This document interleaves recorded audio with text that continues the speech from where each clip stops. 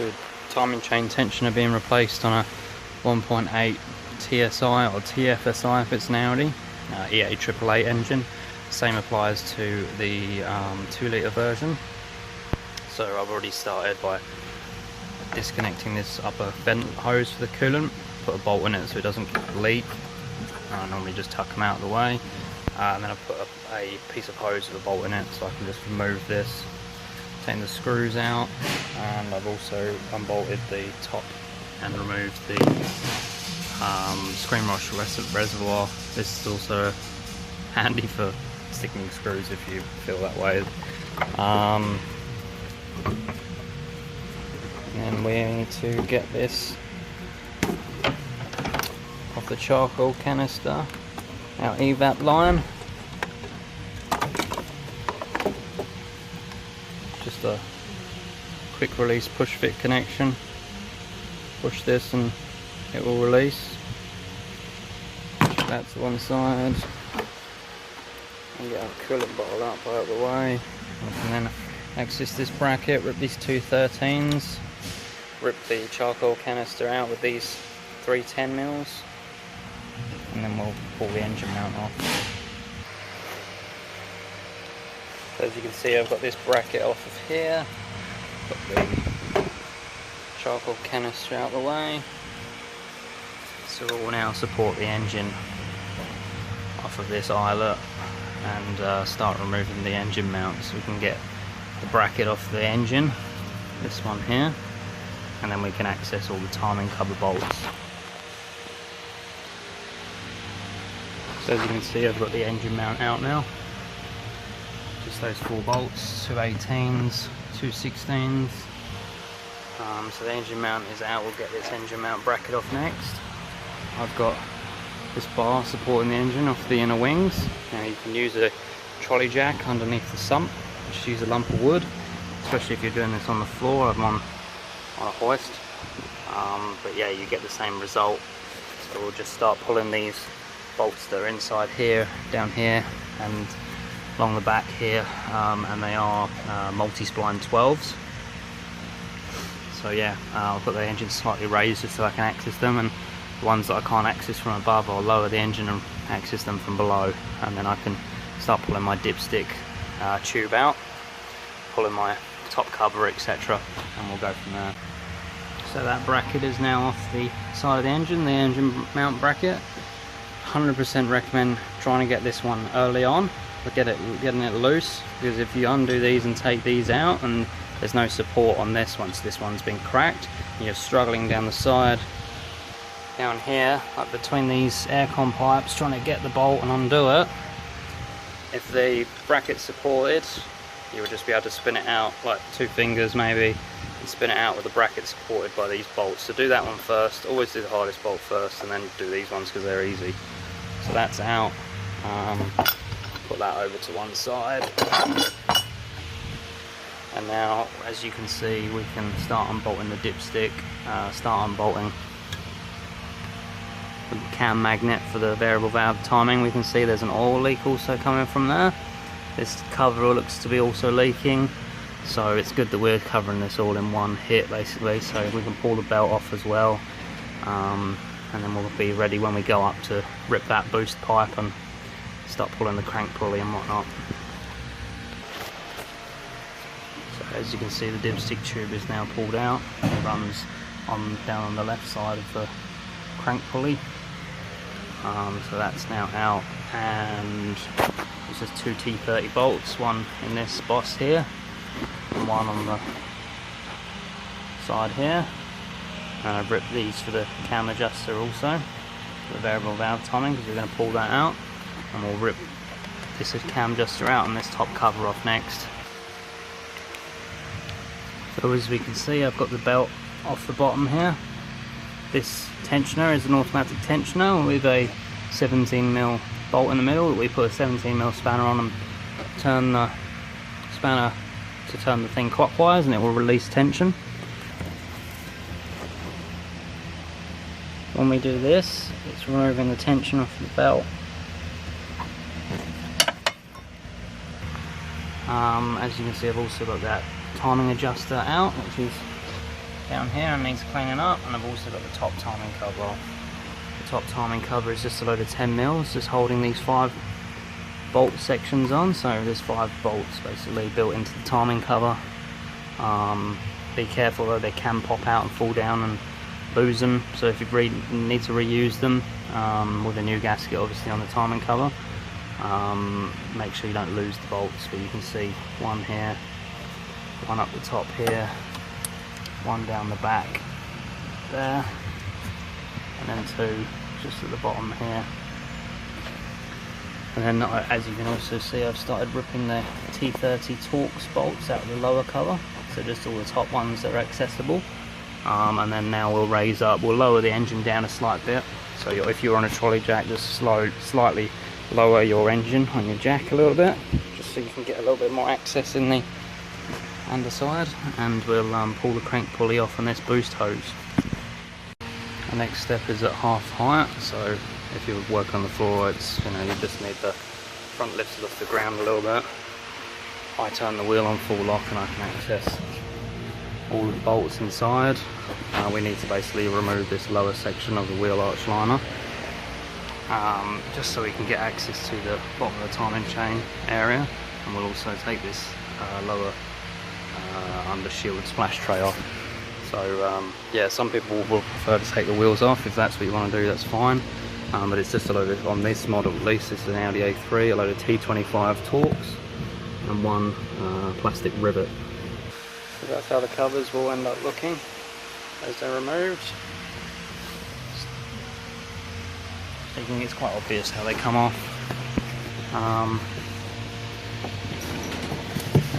This front cover, when removing it, it actually hooks over this here, so just bear that in mind when you're trying to pull the thing off, it won't come off. So as you can see, this is our boost hose that we can just unbolt with these 2 Torx 30s, and we'll take the clip off of the front of the turbo. As you can see up there, that little eyelet, we'll just hook that and then we'll be able to pull it out once these bolts are off. And same deal at the intercooler end. Be aware there may be a little bit of oil that drains out when you do that, but a minor amount is nothing to be worried about. And then we can access this crank bolt and then follow up with the rest of the timing cover bolts. So that's the boost pipe now removed. We'll also take this bracket off with this 1 T30, just for when we get the timing cover off. It'll make it, as you can see, easier to remove. I also like to remove this front housing from the turbocharger with these 5mm bolts. Just as you can also see, the timing cover is slightly behind it. It just saves me removing completely this this drive belt tensioner, as this one is also over.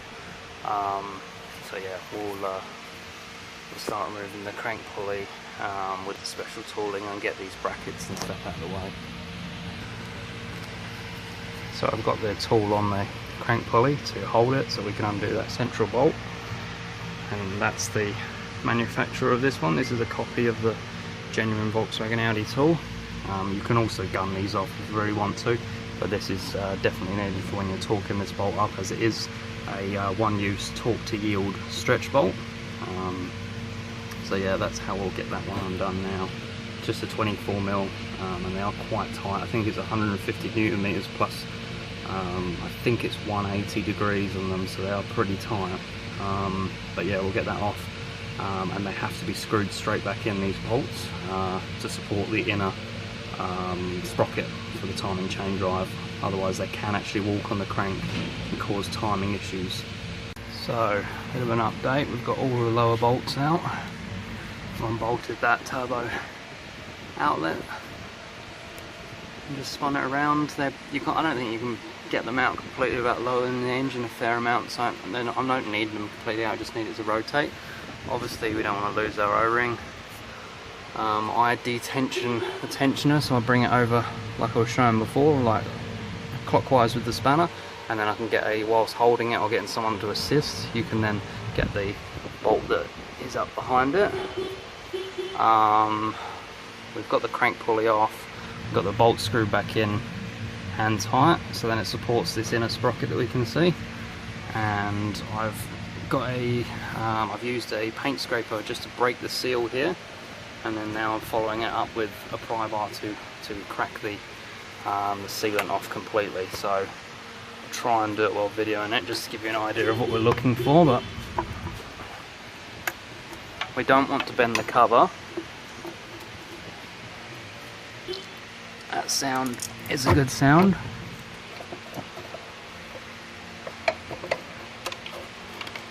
Like I say, we're only prying without bending this cover. We also don't want to damage what's behind that. We're just catching on this top edge.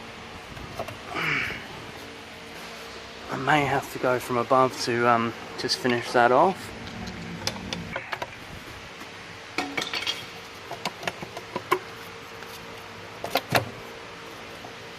So we're just pulling it off the dowels now.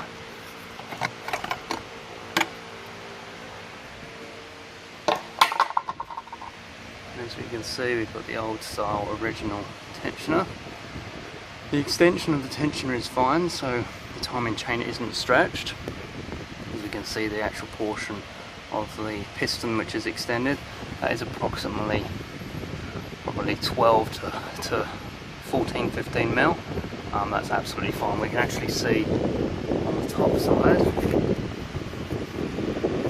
the amount of teeth.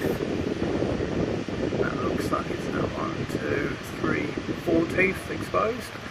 I'd say, I think 7 is the limit that Volkswagen Audi specifies, and 9 is completely extended, so anything over 7, and that can be seen through the inspection plug, which you can see the back of here. This inspection plug. So you can actually pull the inspection and inspect this just to see that, one, it's the old tensioner with that part number there of 06H109 467, so that you can tell that that is then the original tensioner just from this clasp. It's over the actual locking element underneath, which we'll show a little bit later on in the video. But you can also see how far the tensioner is extended.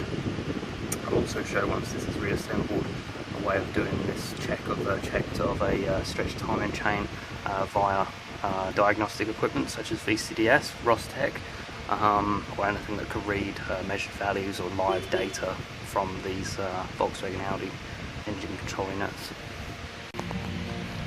So as this customer isn't actually replacing the timing chain itself, it isn't stretched or anything, so I've got no problem with that myself. Nothing untoward with the timing chain drive. We're simply replacing the tensioner to the updated variant. So what I've done, as you can see, is put just a zip tie across the timing chain guides, just to act as the tensioner while I remove those 2 bolts and just remove and install the new styling tensioner. Just makes it a lot simpler instead of messing with the timing. Yeah, so just keep it easy. And not that the timing isn't easy, it's just why mess with it if you don't have to. Saves a little bit of time and makes it more cost effective for the customer this way. So yeah, we'll pull that tensioner and get the new one in it. So that's the old timing chain tensioner out. As you can see, the oil feed behind. Just 2 T30 bolts, and then pop the unit out basically off of the guide. And as you can see, the guide stays perfectly where it originally was. The zip tie just simulating the tensioner, so we'll bang the new one in, torque the bolts up and pull the pin. 10 new mirrors, new tensioner up in place.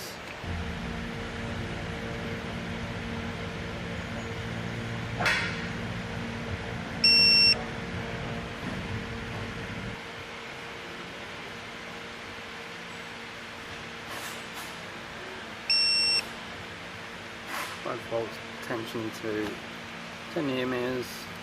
The new tensioner is basically now installed and done. Just recheck those bolts for us. There we go. So the new tensioner is in. As you can see, it is a different design, different style of locking mechanism that we can now also just simply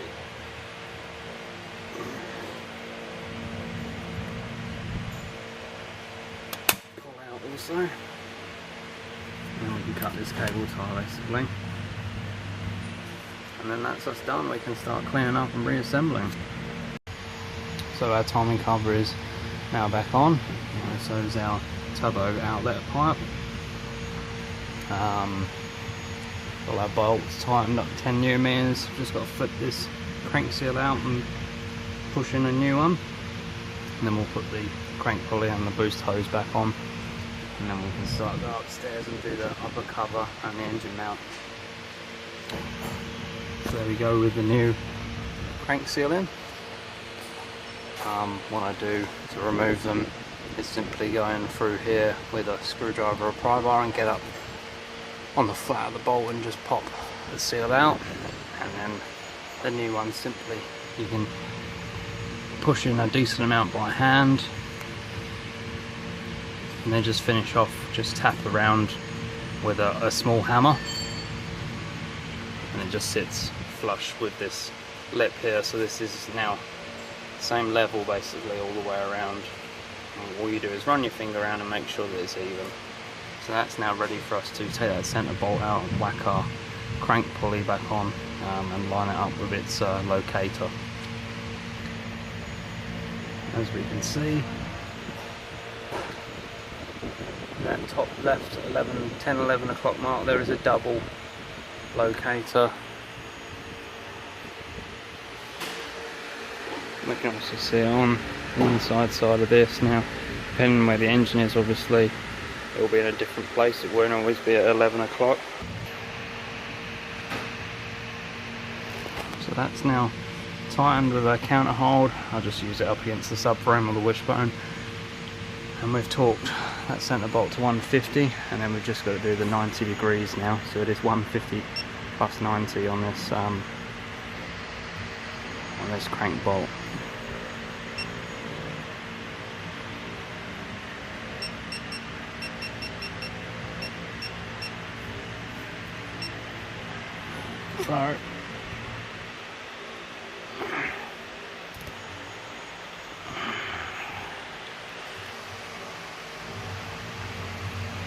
So there you can see it went 90 degrees, which totals 250 newton meters. So they are pretty tight bolts. Like I say, you can blast them off with a gun, but that bolt has to be replaced, or should be replaced at least. Not worth risking it come loose. And it does have an O-ring seal on the inside of it. So there we can see there's actually a O-ring on the inside there. As you'd imagine, they go flat and hard and whatnot. Now we can see I've got the boost hose, the belt back on, tensioned. We're basically ready to reassemble. We'll put this arch liner back in. As you can see, this slimy stuff is just a greaser that I've got on here so I can wash the engine down. So yeah, we're pretty much ready to go back upstairs and start putting the upper timing cover back on now. So we've got the top cover on. We've got these 10mm bolts, which are, there's 5 of them. 5 of these 10mm M6 bolts torqued to 10 newton meters. I'm still waiting on this O-ring. Just have that in probably a half an hour, so I've been building up around it. And so as you can see, this is actually a new upper timing cover completely. It comes with the gaskets already installed. It works out not much more than replacing just the gaskets themselves, so why not? I've got the engine bracket bolted to the block, and I've got the engine mount now bolted to that and to the chassis, so the engine is now freestanding.